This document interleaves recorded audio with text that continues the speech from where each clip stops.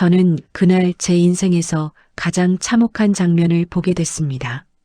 칼로 제 심장을 쑤셔 넣는 듯한 그런 장면을요. 문틈으로 새어나오는 고함 소리에 이상함을 느껴 서둘러 현관문을 열었을 때 제 눈앞에는 임신 7개월이 넘은 제 딸이 바닥에 쓰러져 있었고 그 위에서 사위는 미친 듯이 발을 내리찢고 있었습니다. 이 X 말귀를 못 알아들어. 나한테 대드는 주제에 배부터 챙기냐? 사위의 발끝이 제 딸의 배를 향해 다시 올라갔고 그 순간 저는 더 이상 숨을 쉬는 인간으로 남아있을 수 없었습니다. 그만둬. 제 외침에 사위가 돌아봤습니다. 술에 절은 눈, 광기 어린 표정, 그리고 제게 날아오는 비웃음. 장모님, 이 집 일에 끼어들지 마세요. 딸년이 버릇이 없으니까 내가 가르치는 겁니다. 순간 제 딸의 떨리는 손이 제 발목을 붙잡았습니다. 엄마 제발 배가. 저는 그대로 주저앉을 뻔했습니다. 내 딸 제 가장 소중한 아이가 이 잔인한 인간 손에 생명마저 위협받고 있다는 사실을 그제야 실감했습니다. 하지만 이 사위는 저에 대해 아무것도 모릅니다.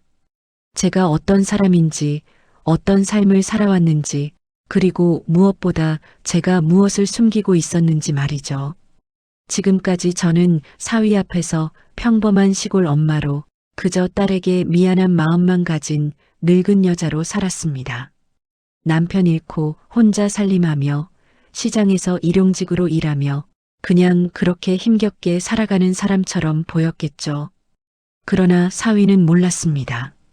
제가 왜 일부러 초라한 척하며 살아왔는지, 왜 딸에게조차 말하지 않은 비밀을 품고 있었는지, 그리고 왜 오늘 같은 날이 오면 안 된다고 그토록 애써 참아가며 조용히 지내왔는지를. 하지만 이제 이 잔인한 사위가 제 딸의 목숨까지 위협한 이 순간부터는 제가 더 이상 숨길 이유가 없어졌습니다. 그래서 저는 조용히 그에게 말했습니다. 그래, 너 오늘 아주 큰 실수를 했다. 사위는 코웃음을 쳤지만 곧 깨닫게 될 겁니다. 내가 어떤 사람인지, 왜 전국에서 나를 라고 부르는지, 그리고 내 딸을 건드린 대가가 어떤지, 여기까지 오기까지 제 이야기를 조금 해야겠습니다. 이 말과 함께 저는 제 과거로 돌아갑니다. 소리 없이 살아온 40년, 겉으로는 초라했지만 속으로는 누구보다 강했던 제 인생을요. 구독과 좋아요는 영상 제작에 큰 힘이 됩니다. 지금부터 이야기 시작합니다. 평범한 엄마라 불리던 내 지난 세월. 저는 올해 64, 이름은 한정욱입니다. 제 인생은 늘 참는 것으로 채워져 있었습니다. 남편은 딸이 20살 되던 해 급성 심장마비로 세상을 떠났습니다. 장례식 날 저는 딸 손을 꼭 붙잡고 이렇게 말했죠. 엄마는 괜찮아. 너만 잘 살면 돼. 그 한마디가 저를 40년 가까이 버티게 했고 그 대신 저는 제 자신을 한 번도 돌보지 않았습니다. 시장에서 장사하던 시절엔 손이 트고 갈라져 피가 맺히는 날이 허다했지만 저는 하루도 빠짐없이 새벽 4시에 일어나 절인 배추를 나르고 손님이 원하면 웃으며 덤까지 얹어주는 그런 사람이었습니다. 경로당도 제대로 못 가봤습니다. 저는 평생 제 딸 하나만 바라보고 살아온 사람이니까요. 그러다 어느 날 딸이 그를 데리고 왔습니다. 바로 현재 사위 박준혁이었습니다. 가까이서 보면 보였다 이상한 남자. 첫인상은 그럴듯했습니다. 정장 깔끔하게 입고 와서 90도로 인사하며 말했죠. 장모님 처음 뵙겠습니다. 저는 속으로 생각했습니다. 아이고, 요즘 젊은 사람답지 않게 예의 바르네. 하지만 사람은 가까이 보면 달라집니다. 첫 번째 이상함은 딸의 표정이었어요. 환하게 웃는 게 아니라 억지로 미소를 붙인 얼굴, 살짝 떨리는 손. 그때는 몰랐습니다. 그 손이 나중에 그토록 피투성이가 될 줄은요. 딸은 늘 말했습니다. 엄마, 준혁 오빠 너무 멋있지? 근데 조금 예민해. 스트레스가 많대. 그 예민함이 나중엔 욕, 그 다음엔 밀침, 그 다음엔 가슴을 내리치는 행동, 그리고 마지막에는 뱃속 아이를 향한 폭력으로 이어지게 될 줄은 몰랐죠. 사위의 은근한 무시는 조용히 시작됐다. 결혼하고 얼마 지나지 않아 사위는 제가 집에 오면 표정이 굳었습니다. 제가 장봐온 반찬을 냉장고에 넣으려 하면 아, 장모님 굳이 이런 거 안 하셔도 돼요. 저희 취향이 좀 까다로워서요. 말은 예의 바르지만 그 말 속에 깔린 부담스러움과 불편함이 뻔히 들렸습니다. 제가 설거지라도 하려고 치우면 장모님 저희 싱크대에 상하면 안 되니까 그대로 놔두세요. 딸은 말렸습니다. 엄마 그냥 앉아 있어. 집에 와서까지 일하지 마. 저는 그저 그래 그럴게 하면서 웃어넘겼죠. 제 존재가 불편한가 보다 하고. 하지만 시청자분들은 아실 겁니다. 사람이 싫어서 그러는 말인지 배려해서 하는 말인지 사위의 말은 분명 여기까지 오지 말아라는 선을 긋는 말이었습니다. 첫 번째 폭력 딸이 숨기려 했던 진실. 어느 날 딸이 집 앞에 어두운 얼굴로 찾아왔습니다. 엄마 나 오늘 오빠한테 소리 좀 들었어. 저는 놀라서 물었습니다.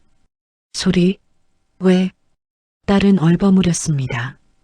그냥 내가 밥을 늦게 해서 오빠가 예민했어. 그때 저는 알았습니다. 저 아이는 지금 무언가를 감추고 있다는 걸. 팔목에는 멍이 옅게 퍼져 있었고 목덜미에는 긁힌 자국이 희미하게 남아 있었죠. 이거 뭐야? 다친 거 아니야? 딸은 손사래를 쳤습니다. 아, 그건 그냥 내가 문틈에 끼어서. 그 말도 그 표정도 모두 어색했습니다. 그날 밤 저는 잠을 이루지 못했습니다. 이 아이가 분명 무슨 일을 당하고 있다. 하지만 아이 자존심을 건드리지 않기 위해 억지로 묻지 않았습니다. 그게 제 가장 큰 후회가 되었습니다. 딸이 임신했을 때 사위의 민낯이 드러났다. 딸이 임신 사실을 알렸을 때 저는 얼마나 울었는지 모릅니다. 남편 떠나고 단둘이 살아오면서 한 번도 큰 소리를 내본 적 없는 딸이 드디어 행복해질 거라 믿었으니까요. 하지만 사위의 반응은 정반대였습니다. 지금은 아닌데 그냥 생겼네. 딸은 그 말 한마디에 며칠 밤을 울었습니다. 그리고 그 후로 사위의 예민함이라는 이름 뒤에 숨겨져 있던 진짜 모습이 드러났습니다. 아내가 임신했다고 더 챙기긴커녕 반대로 딸을 밀치고 언성을 높이는 일이 잦아졌습니다. 배 불러지니까 내가 더 건방져 보이네? 집안일도 제대로 못하면서 무슨 엄마 노릇이냐? 저는 그 말을 듣고 치를 떨었습니다. 하지만 딸은 말했습니다. 엄마 오빠가 나쁜 사람이 아니야. 그냥 힘들어해서 그래. 아픈 사람이 오히려 상대를 감싸는 그런 관계. 그게 바로 폭력의 시작이라는 걸. 딸은 아직 몰랐던 겁니다. 임신 7개월, 그리고 초대받지 않은 진실의 순간. 딸 배가 불러오던 7개월 무렵 저는 반찬을 해가겠다며 전화를 했습니다. 그런데 딸 목소리가 너무 기운이 없었습니다. 엄마 오늘은 오지 마. 이상했습니다. 왜? 몸 아파? 아니, 그냥. 그날 저는 반찬을 쟁반에 담고 조용히 딸 집으로 갔습니다. 문 앞에 섰을 때 안에서 들리는 고함 소리. 내가 애 핑계 대는 게 제일 꼴 보기 싫어. 그 뒤엔 둔탁한 소리. 그리고 딸의 울음. 저는 문고리를 잡은 손이 얼어버렸습니다. 심장이 너무 세게 뛰어서 귀가 울릴 정도였습니다. 문이 잠겨 있지 않다는 걸 알고 조용히 밀어 열었을 때 그 참혹한 장면이 펼쳐졌습니다. 딸은 쓰러져 있고 그 위에서 사위는 발을 들어 올린 채 광기 어린 얼굴로 소리를 지르고 있었죠. 그날의 모든 순간이 천천히 너무 또렷하게 제 가슴에 박혔습니다. 처음으로 드러낼 뻔했던 내 진짜 모습. 저는 본능적으로 사위 팔을 움켜잡았습니다. 그만둬. 너 지금 뭐 하는 짓이야? 사위는 저를 쳐다보고 비웃었습니다. 장모님 빠지세요. 집안일에 끼지 마시고.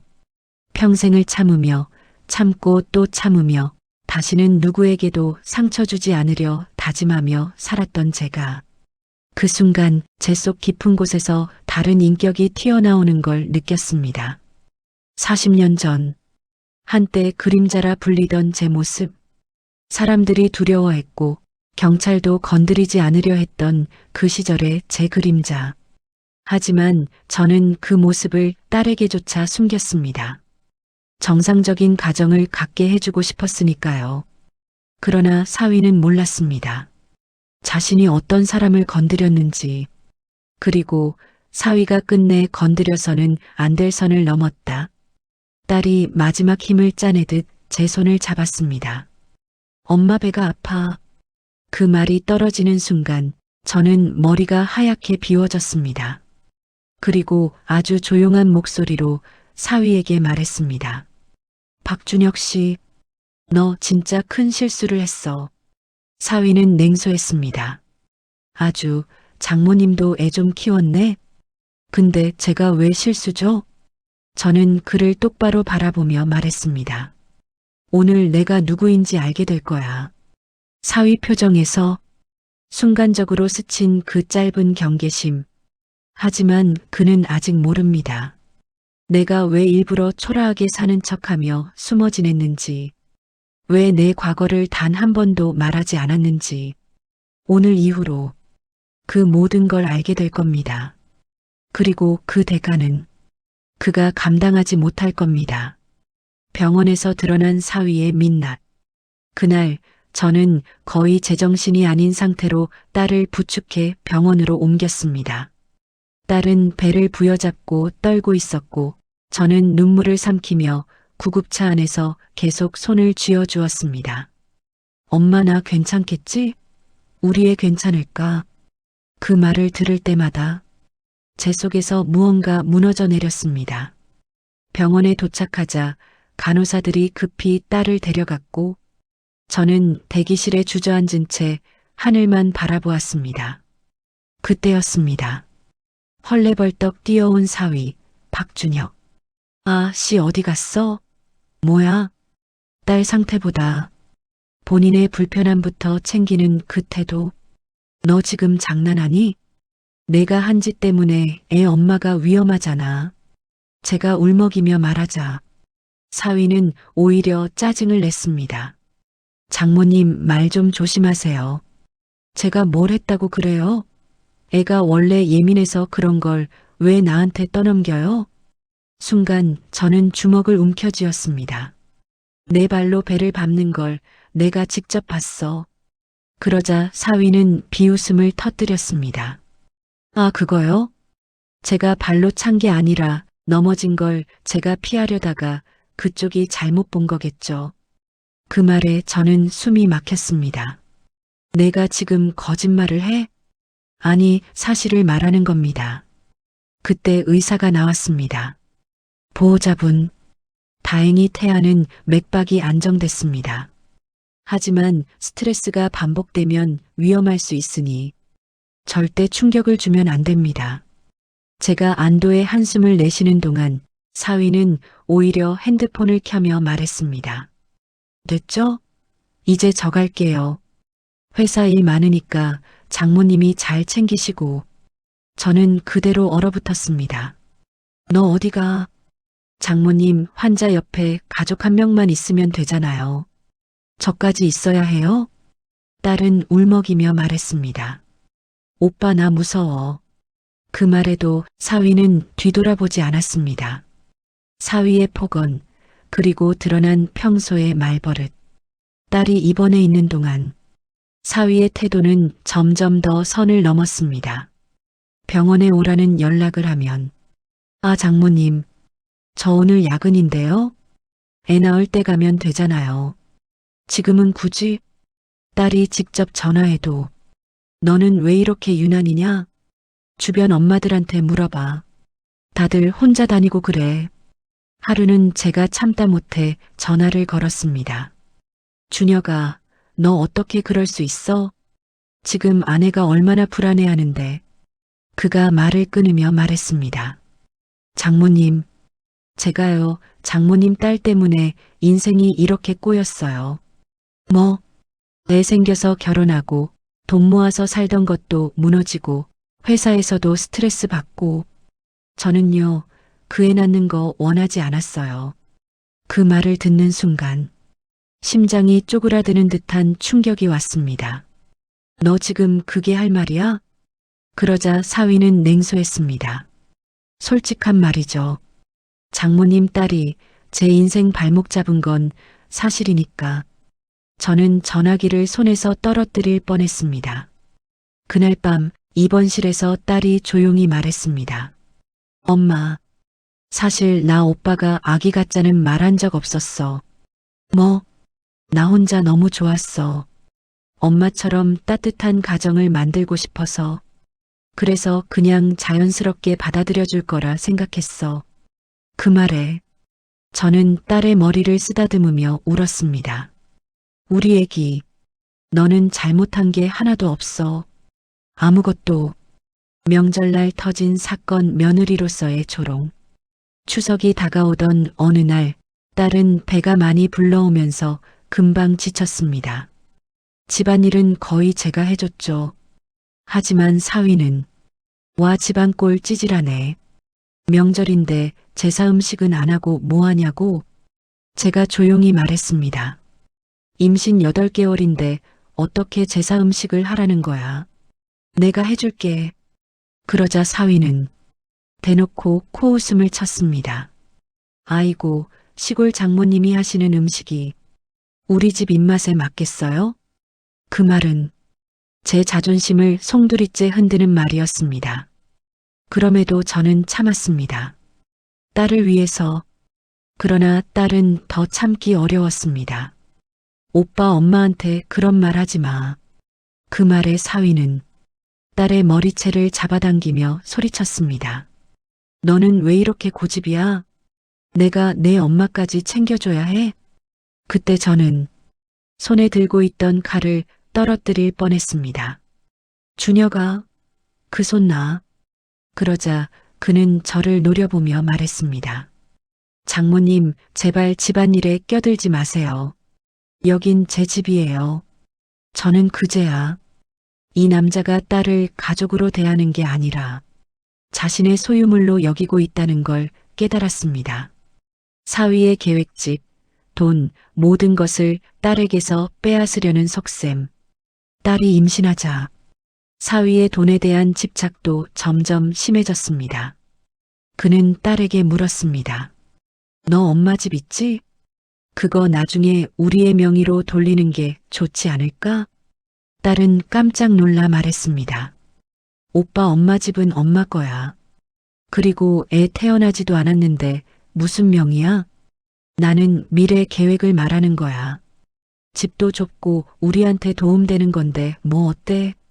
딸이 거부하자 그날 밤 그는 딸을 밀치며 화를 냈습니다. 너는 왜 이렇게 이기적이냐? 너네 집은 왜 항상 손해보기 싫어해? 저는 그날 딸의 전화를 받고 새벽에 달려갔습니다. 딸은 눈이 부어 있고 방 한켠에는 깨진 접시들이 널브러져 있었습니다. 엄마, 오빠가 엄마 집 내놓으래.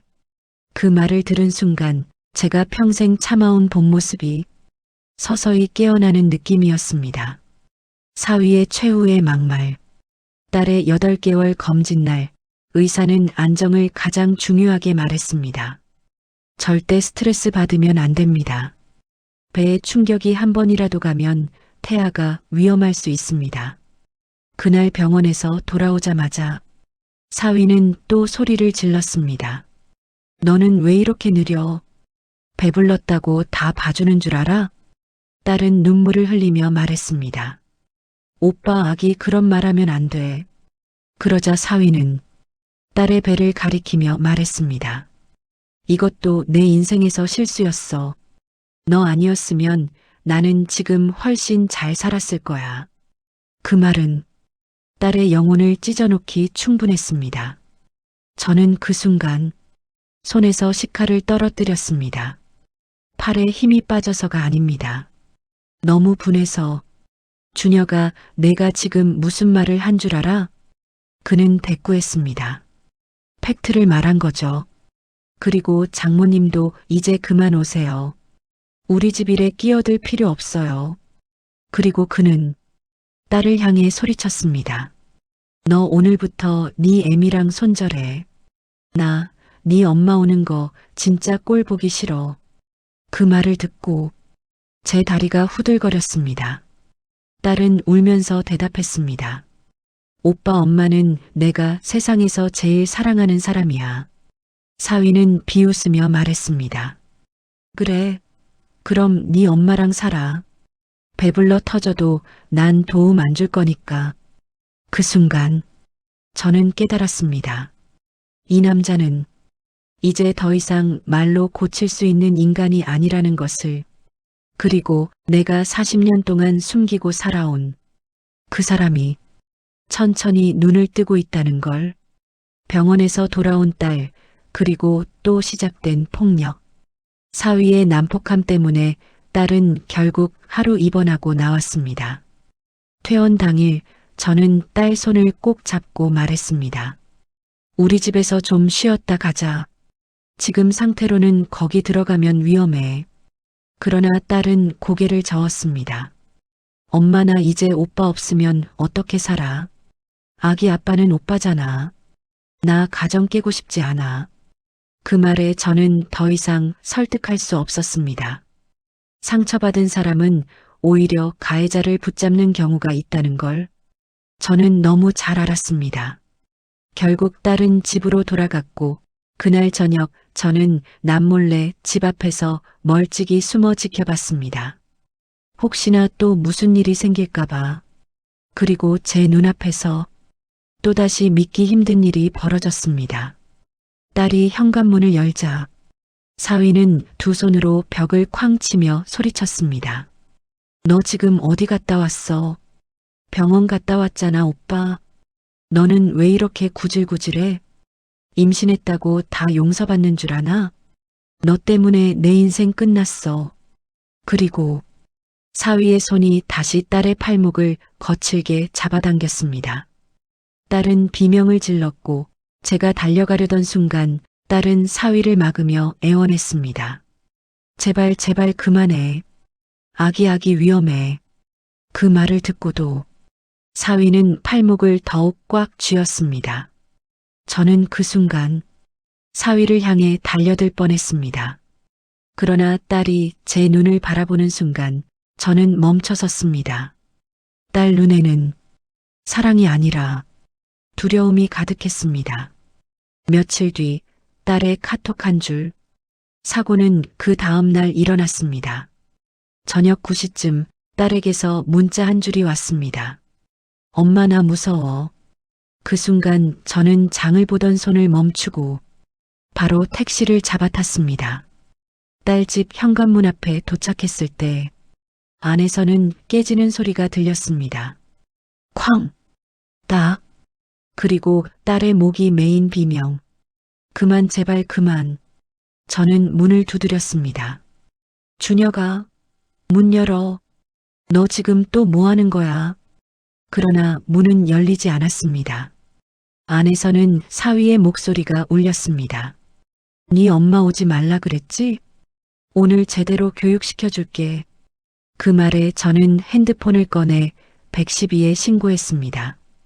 딸이 지금 맞고 있어요. 임신 8개월이에요. 제발 빨리 와주세요.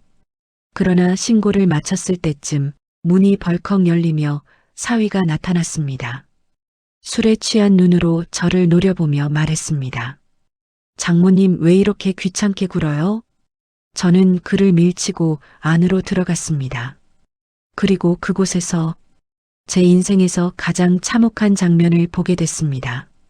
피멍든 딸, 그리고 사위의 마지막 폭력. 딸은 거실 바닥에 쓰러져 있었고 팔과 얼굴엔 시퍼런 멍이 가득했습니다. 옆에는 깨진 유리잔과 쓰러진 의자. 저는 비명을 삼키며 딸을 부축했습니다. 우리 애기 왜 이러고 있어 왜? 딸은 숨도 제대로 못 쉬며 중얼거렸습니다. 엄마 나 배가 너무 아파. 그 순간 사위가 또다시 딸에게 다가오며 소리쳤습니다. 일어나. 집안일 하나도 안 하고 누워만 있으려고. 지금 네 꼬라지 봐. 저는 사위 앞을 가로막으며 외쳤습니다. 너 이제 내 눈앞에서 딸 건드리면 그땐 진짜 끝이야. 그러자 사위는 저를 밀치며 말했습니다. 장모님 따위가 뭔데 나한테 명령해? 그가 딸을 향해 다시 다가가려는 순간 딸이 절규했습니다. 오빠, 제발 아기아기 죽어. 이 한마디는 전기가 온몸을 관통하는 듯한 충격이었습니다. 딸의 발밑에는 작은 피가 맺혀 있었습니다. 저는 그 순간 숨이 멎었습니다. 우리 애기 피가. 딸은 울먹이며 손을 뻗었습니다. 엄마 나 어떡해. 그 순간 제가 평생 숨겨온 본성이 머리끝에서 발끝까지 차오르는 걸 느꼈습니다. 구급차, 경찰, 그리고 사위의 충격적인 태도. 구급차가 오기까지 시간이 너무 길게 느껴졌습니다. 딸은 의식이 흐릿해져 갔고 저는 계속해서 딸 볼을 문지르며 말했습니다. 우리 애기 정신 차려. 엄마 여기 있어. 제발. 사위는 눈을 굴리며 귀찮다는 듯 말했습니다. 아 진짜 오버하네. 피 좀 났다고 난리냐고. 여자들은 왜 이렇게 예민해? 저는 사위를 노려보며 말했습니다. 내가 무슨 짓을 했는지 알아? 우리 손주 위험해. 아이가 뭐 그렇게 소중해요? 나는 애 낳자고 한 적도 없다니까요. 저는 그 자리에서 사위의 뺨을 내리쳤습니다. 딱! 사위는 광기에 찬 눈으로 제게 소리쳤습니다. 장모년이 미쳤나? 나는 깨달았다. 이 인간은 사람을 사람으로 보지 않는다. 아내도 아이도 나도. 그에게는 그냥 통제해야 하는 존재일 뿐. 구급차가 딸을 데리고 떠날 때 저는 사위를 붙잡고 말했습니다. 너 오늘 이 짓을 한 데가 반드시 받게 될 거야. 그러자 그는 비웃었습니다. 장모님이 뭘 할 수 있는데요? 거지 같은 인생 사는 주제에. 그 말이 내 심장을 송곳처럼 찔렀습니다. 하지만 그는 몰랐습니다. 내가 거지처럼 살아온 이유는 그를 비롯한 세상이 알면 무너질 진실을 숨기기 위해서였다는 걸. 병원에서 들은 의사의 말 절망의 끝. 병원에 도착하자 딸은 바로 응급실로 들어갔습니다. 저는 대기실 의자에서 떨리는 손을 모으며 기도하듯 중얼거렸습니다. 제발 제발 우리 손주, 우리 애기 지켜주세요. 한참 후 의사가 무거운 표정으로 다가왔습니다. 보호자분, 다행히 아기는 살아있지만 충격이 반복되면 정말 위험합니다. 산모도 많이 약해졌어요. 저는 하염없이 울었습니다. 그 사람 때문에 우리 애가. 의사는 조용히 물었습니다. 혹시 가정폭력 당하고 계신가요? 저는 눈물을 훔치며 고개를 끄덕였습니다. 내 딸이 남편에게.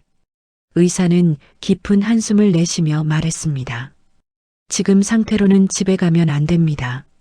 산모가 위험합니다. 아이가 잃을 수도 있습니다. 그 말을 듣는 순간 제 세상이 무너져 내렸습니다. 딸의 마지막 말 그리고 사라진 희망. 새벽 2시쯤 딸은 겨우 의식을 찾았습니다. 엄마. 저는 달려가 손을 잡았습니다. 우리 애기 괜찮아? 아기는? 딸은 눈물이 고인 채 말했습니다. 나 더는 못 버티겠어. 그 말이 떨어지는 순간 제 심장이 찢어졌습니다. 준혁이 오빠, 나 너무 무서워. 근데 헤어지면 오빠가 나 죽일 것 같아. 그 말은 잠시나마 남아있던 제 희망을 완전히 끊어버렸습니다. 그리고 그 자리에서 딸은 떨리는 목소리로 말했습니다. 엄마, 나 진짜 살고 싶어. 그 말에 저는 웃으며 대답했습니다. 그래, 우리 애기. 너 엄마가 지켜줄게. 이제 절대로 네가 혼자 아프게 두지 않아. 딸은 마지막 힘을 짜내듯 말했습니다. 엄마, 근데 오빠, 방금도 병원 밖에서 전화를. 순간 심장이 싸늘하게 얼어붙었습니다. 뭐라고 했어? 딸은 떨리는 목으로 말했습니다. 너 어디 숨었냐? 너랑 애는 내 거니까 도망 못 간다고. 저는 그 자리에서 내 안에서 잠들어 있던 그 사람이 확실하게 깨어나는 걸 느꼈습니다. 그리고 내가 숨겨온 정체가 움직이기 시작했다. 그날 새벽 3시, 저는 병원 복도에서 조용히 휴대폰을 꺼내 몇 년 동안 걸지 않았던 번호를 눌렀습니다. 한 남자의 굵은 목소리가 들렸습니다. 누굽니까? 나는 조용히 말했다. 나야. 정옥이. 무슨 일이야? 그 번호로 연락하는 거 보니. 잠시 침묵. 그리고 내가 숨겨왔던 정체를 세상 밖으로 꺼내는 첫 마디가 나왔다. 예전에 내가 맡아줬던 일들 다시 필요할 것 같아. 남자는 숨을 들이켰다. 정우가 그쪽 세계 떠난 지 20년은 됐잖아. 나는 차갑게 말했다. 내 딸과 내 손주가 죽을 뻔했어. 그 말에 남자는 낮은 목소리로 답했다. 알았다. 너 같은 사람 건드릴 인간 누군지 알려줘. 그리고 나는 말했다. 사위야. 복도 창가에 비친 내 얼굴은 평생 살아온 고단한 엄마가 아니라 한때 전국을 뒤흔들었다는 그 사람, 사람들이 두려워 부르던 그 이름 그대로였다. 새벽 3시 다시 깨어난 과거. 병원 복도 끝 희미한 형광등 아래 나는 20년 동안 묻어두었던 정체를 세상으로 다시 불러냈다. 휴대폰 속 목소리는 내 과거를 알고 있는 몇 안 되는 사람, 그리고 한때 나와 함께 움직이던 금오파 해결팀의 전담 연락책 최강석이었다. 그는 내 목소리를 듣자마자 침묵했다. 정우가, 너 아직 살아있었구나. 이제 와서 부르는 거 보면 상당히 큰일이 일어난 모양인데? 나는 조용히 눈을 감았다. 내 딸이 죽을 뻔했어. 그리고 내 손주도. 말해라. 누가 건드렸지? 사위. 박준혁? 그는 숨을 들이켰다. 그놈 살아있을 때 나한테 와서 절 한번 해야 된다. 하지만 나는 말했다. 강서가, 이번엔 그 방식 아니야. 그럼 나는 지금 엄마다. 내 딸이 법적으로, 사회적으로 아무도 못 도망가게 만드는 방식으로 끝을 봐야 돼. 강석은 낮게 웃었다. 역시 그 시절의 너네. 나는 휴대폰을 내려놓으며 창밖을 바라봤다. 어두운 새벽, 병원 앞에 흐르는 길. 그 길을 보며 나는 마음속으로 다짐했다. 이제 내가 움직일 것이다. 딸을 위한 첫 번째 조치 법적 보호. 아침 햇살이 비추기 시작할 무렵 딸이 다시 잠에 들자 나는 복도를 걸어 나갔다. 그리고 곧장 상담센터로 전화를 걸었다. 가정폭력 신고와 임시보호 조치를 신청하고 싶습니다. 직원이 물었다. 지금 위험 상황인가요? 예. 남편이 환자와 태아의 생명을 위협했습니다. 반복적인 폭력이 이어졌고 현재 산모가 입원 중입니다. 직원은 빠르게 안내했다. 구체적인 증거가 있다면 즉시 임시보호 조치를 신청할 수 있습니다. 가해자 접근 금지, 퇴거 명령도 가능해요. 증거 있습니다. 직접 받고 병원 기록도 있어요. 그날 오전 병원에서 바로 가정폭력 피해 신고서가 작성됐다. 딸은 힘겹게 서명했고 나는 그 손을 잡으며 속삭였다. 엄마가 다 끝내줄게. 딸은 떨리는 목소리로 물었다. 오빠가 알면 또 찾아올까? 나는 눈을 가늘게 뜨며 말했다. 오지 못하게 할 거다. 그리고 마음속으론 덧붙였다. 만약 온다면 그땐 나도 옛 방식대로 할 것이다. 사위의 태도는 변하지 않았다. 오히려 더 뻔뻔해졌다. 그날 오후 사위에게서 문자가 왔다. 어디로 도망간 거야? 너랑 애는 내 거야. 장모랑 짜고 숨지 마. 딸은 그 문자만 봐도 떨었고 저는 화면을 보며 이를 악물었다. 이 문자 그대로 경찰서에 제출한다. 엄마 만약 오빠가 병원에 오면 나는 미소를 지었다. 하지만 그 미소는 평범한 엄마의 미소가 아니었다. 그럼 내가 만나지. 그 목소리에 딸은 잠시 멍하니 나를 바라봤다. 엄마, 지금 무서워. 나는 딸의 손을 잡으며 말해줬다. 무서워할 사람은 내가 아니라 걔야. 숨겨왔던 내 정체 사람들은 나를 이렇게 불렀다. 병원에서 돌아온 뒤 나는 작은 상자를 열어 20년 넘게 봉인해둔 물건을 꺼냈다. 오래된 검은 수첩, 몇 장의 명함, 그리고 금박으로 새겨진 작은 표시. 그 표식은 한때 전국을 떠들썩하게 했던 고액 추적 전문 해결팀의 상징이었다. 돈만 있고 경찰로도 해결 안 되는 일을 맡았던 곳. 사람들은 나를 그림자 관리자 혹은 부산의 조용한 손이라 불렀다. 하지만 나는 그 세계를 떠났다. 딸이 태어났을 때다. 엄마는 이제 평범하게 살래. 그 말을 하며 모든 걸 버렸었다. 그런데 지금 그 모든 걸 버리고 지켜온 딸이 누군가에게 죽을 뻔했다. 참을 수 없었다. 숨겨둘 이유도 없었다. 사위의 뒤를 캐기 시작한 나 박준혁의 진짜 얼굴. 나는 강석에게 전화했다. 준혁이란 놈 배경 좀 확인해줘. 이미 조사 중이다. 근데 정호가 이놈 생각보다 더 더럽다. 뭐? 회사에서 상습적인 폭행, 전 여친에게도 데이트 폭력, 사체에 손 뗀 적도 있고, 심지어 도박장 드나든 기록도 있어. 나는 그대로 숨이 막혔다. 딸한테는 그런 말 한 적 없었다. 당연하지. 여자한테는 천사인 척 했겠지. 내 손이 천천히 떨리기 시작했다. 이놈, 딸한테 폭력뿐만 아니라 돈까지 뜯으려 했어. 뭐, 임신했다고 하니까. 장모 재산 먼저 노렸던 것 같더라. 그 말에 나는 옅은 미소를 지었다. 하지만 그 미소는 차갑고 깊고 무서운 웃음이었다. 좋아. 이젠 확실해졌다. 사위가 병원에 찾아왔다. 그리고 나는 처음으로 정체를 드러냈다. 저녁 9시쯤 딸은 자고 있었고 병실 밖 복도는 조용했다. 그때 발소리가 들렸다. 탁, 탁, 탁.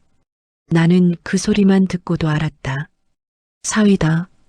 그는 병실 앞에서 문을 열려고 했다. 문 열어. 너희 둘 다 왜 나를 피하는 건데? 나는 조용히 병실 문을 닫고 밖으로 나갔다. 박준혁? 그가 돌아봤다. 장모님? 여긴 왜? 나는 그를 바라보며 천천히 말했다. 너 접근금지 명령 떨어진 거 몰랐니? 아, 그딴 게 무슨 상관인데요? 제 아내예요. 나는 조용히 웃었다. 그래. 그럼 나와 이야기 좀 하자. 복도 끝, 사람 없는 곳까지 걸어가며 사위는 계속 떠들었다. 장모님이 자꾸 집안일에 끼니까 애가 예민해지는 거예요. 솔직히 장모님이 문제라고요. 나는 그를 가만히 바라봤다.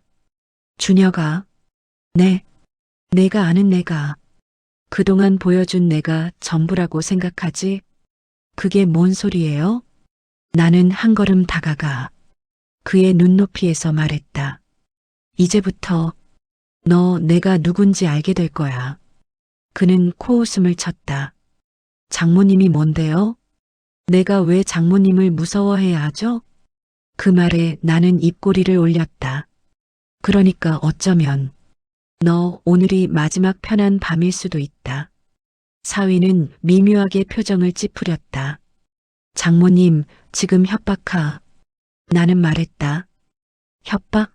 아니, 나는 사실을 말하는 거야. 그리고 내 수첩을 꺼내. 그가 볼 수 있게 보여줬다. 금방 문양. 짐승처럼 번쩍이는 표식. 한때 사람들을 떨게 했던 바로 그 상징. 사위는 표정을 굳혔다. 이거 뭐예요? 나는 조용히 말했다. 이제 좀 겁이 나. 알아들었으면 절대로 내 딸 근처에 오지 마라. 그 순간 사위의 표정이 처음으로 겁에 질린 얼굴이 됐다. 그리고 나는 판을 짜기 시작했다. 병실로 돌아가려던 순간 나는 속으로 말했다.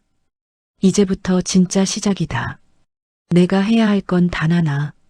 딸과 손주를 지키고 사위를 사회에서 완전히 고립시키고 법적 경제적 사회적으로 탈출구 없이 몰아넣는 것. 그리고 그 뒤엔 그가 저지른 모든 죄가 그에게 돌아가도록 만드는 것. 이제 판은 깔렸다.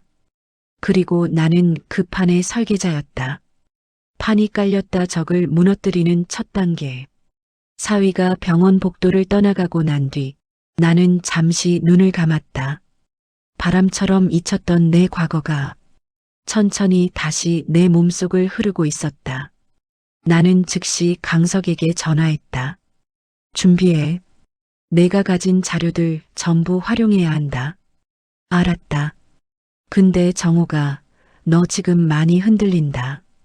흔들린 건 지금까지였어. 앞으로는 흔들릴 이유가 없어. 그리고 다음 날 아침 나는 정보 수집, 협조 요청, 법적 조치, 경제적 압박 네 가지를 한 번에 진행했다. 딸 작고 작은 손을 잡고 있는 동안 나는 조용히 그러나 정확하게 움직이고 있었다. 사위의 모든 비밀이 드러나다. 강석은 단숨에 보고서를 보내왔다. 불법 도박장 출입 기록, 회사 돈 횡령 의혹, 전 여자친구 상습 폭행, 사채 빚, 회사 내 폭언 폭행 민원, 불법 대출 연루, 보험 사기 시도. 나는 그중 일부를 보며 입꼬리를 올렸다. 그러니까 딸한테만 천사인 척했구나. 강석은 말했다. 이 정도면 경찰보다 너한테 먼저 죽을 놈인데? 나는 고개를 저었다. 아니, 난 이제 그 방식을 쓰지 않아.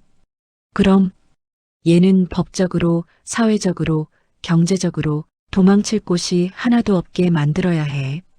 그래야 딸이 평생 다시는 쫓길 일 없이 살 수 있어. 강석은 잠시 침묵하다 말했다. 역시 넌 변하지 않았구나. 깔끔하게 끝내는 거.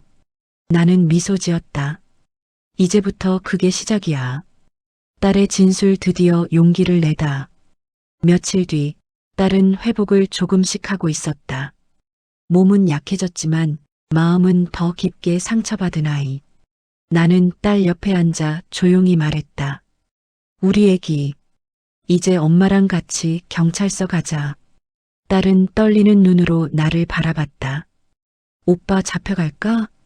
그게 무서워? 딸은 한참 침묵하다가 눈물이 맺힌 채로 말했다. 나 더는 오빠 손에 맞고 싶지 않아. 그 말은 20년 동안 내가 참았던 눈물을 터뜨렸다. 그래, 그래, 우리 딸. 이제 엄마가 너 지킬게. 경찰서로 가는 도중 딸은 의자에 앉아 천천히 말했다. 엄마, 사실 나 오빠가 나 좋아해서 결혼한 줄 알았어. 나는 손을 잡았다. 너는 누구보다 사랑받을 자격 있는 애야. 하지만 잘못된 사람한테 붙잡힌 거야. 딸은 눈물을 훔치며 말했다. 엄마, 나 살고 싶어. 그 말에 나는 대답했다. 그 말 한마디면 충분해. 엄마가 다 끝내줄게. 그리고 딸은 떨리는 손으로 진술서에 서명했다.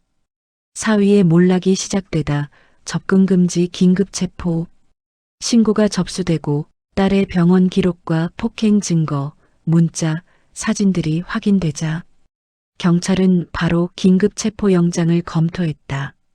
사위는 처음엔 태연했다. 아, 장난하나. 부부싸움인데 왜 경찰이 나서? 여자가 좀 맞을 수도 있는 거지. 그러나 경찰이 말했을 때 그의 표정은 처음으로 무너졌다. 부부싸움이 아니라 임신한 산모를 상습적으로 폭행한 중범죄입니다. 그 순간 사위는 변명하려 했다. 내가 증거 있냐고. 경찰은 휴대폰을 보여줬다. 증거 충분합니다. 문자, 병원 기록, CCTV 다 있어요. 사위는 얼굴이 하얗게 질렸다. 잠깐만. 이거 누가 꾸민 거야? 장모가? 장모가 나한테 왜 이러는 건데? 나는 조용히 말했다. 이건 내가 한 게 아니야. 내가 한 짓이야. 그 말에 사위는 미친 듯이 소리쳤다. 장모가 이 엑스이 진짜 내 인생 망치려고. 그러나 경찰들이 사위를 제압했다. 박준혁 씨 체포합니다. 진짜 참교육은 그 다음부터였다. 법적 처벌은 시작에 불과했다. 나는 강석에게 말했다.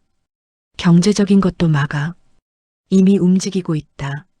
사위의 모든 정보가 사채업자, 회사, 거래처, 금융기관으로 전달됐다.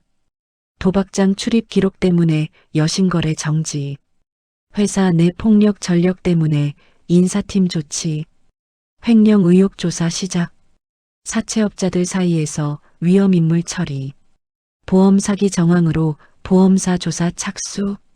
사위는 하루아침에 직장, 돈, 자산, 신용, 인간관계 모든 걸 잃기 시작했다.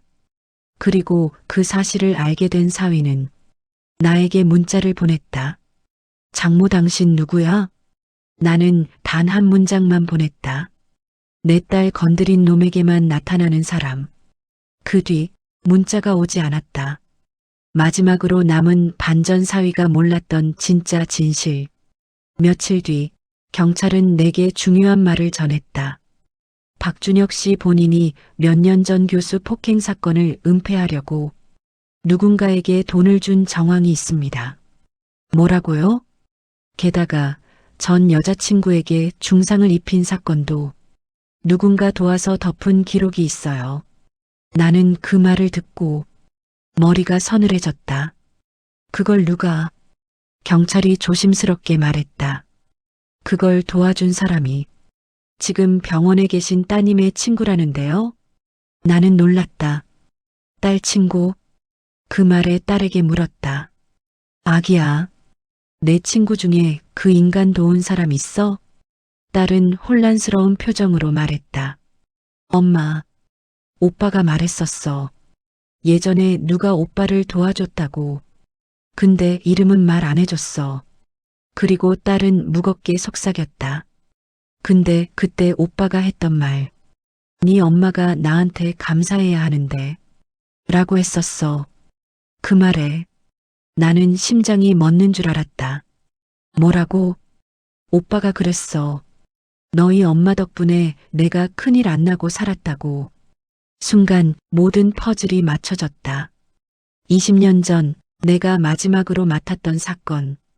병원에서 누군가 폭행당했고 그 가해자의 부모가 울며 빌던 사건. 나는 그 가해자에게 이렇게 말했다. 다음에 또 사람 건드리면 그땐 내가 널 직접 끝낸다. 그 가해자가 바로 사위였다. 딸은 내 손을 꽉 잡으며 말했다. 엄마, 오빠가 왜 우리 처음 결혼할 때 이상하게 엄마를 피했는지 알겠어. 나는 숨을 삼켰다. 사위는 20년 전 자기 인생을 살려준 사람이 내 딸의 엄마라는 걸 알고 있었던 것이다. 그래서 내가 평범한 시골 아주머니처럼 살고 있는 걸 보고 안심했고 다시는 그 세계와 연관이 없다고 생각했던 것이다.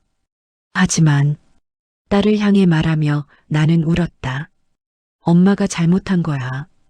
20년 전에 그 인간을 제대로 끝내지 않았어야 했는데 딸은 눈물로 말했다. 엄마 책임 아니야. 엄마는 엄마가 할 수 있는 최선을 한 거야. 마지막 장면 딸의 새로운 삶과 나의 다짐. 사위는 구속됐고 법정에서 선고를 받았다. 상습폭력, 태아 살해 미수, 가정폭력 상습, 사기 미수, 불법 도박, 전과 은폐 시도. 딸은 보호시설의 도움을 받으며 안정적으로 회복해 나갔다. 손주는 건강하게 태어났다. 나는 아기를 안고 딸에게 말해줬다. 이제 괜찮아. 엄마가 여기 있는데 뭐가 무섭겠어? 딸은 고개를 끄덕이며 말했다. 엄마 나 다시 살고 싶어. 나는 딸의 손을 감싸며 말했다. 그래, 넌 다시 살아. 이 아이 위해서도, 그리고 내 자신 위해서도. 그날 밤 아기를 바라보며 나는 조용히 중얼거렸다. 어디에 있든 어떤 세상이든 사람은 사랑받아야 한다. 폭력은 절대 사랑이 아니다. 그리고 마지막으로 이렇게 덧붙였다. 노후에 가장 무서운 건 외로움도 가난도 아니었다. 가장 무서운 건 정으로 묶인 사람이 정을 배신하는 일이었다. 하지만 그래도 나는 믿는다. 사람은 사람을 구할 수 있다고.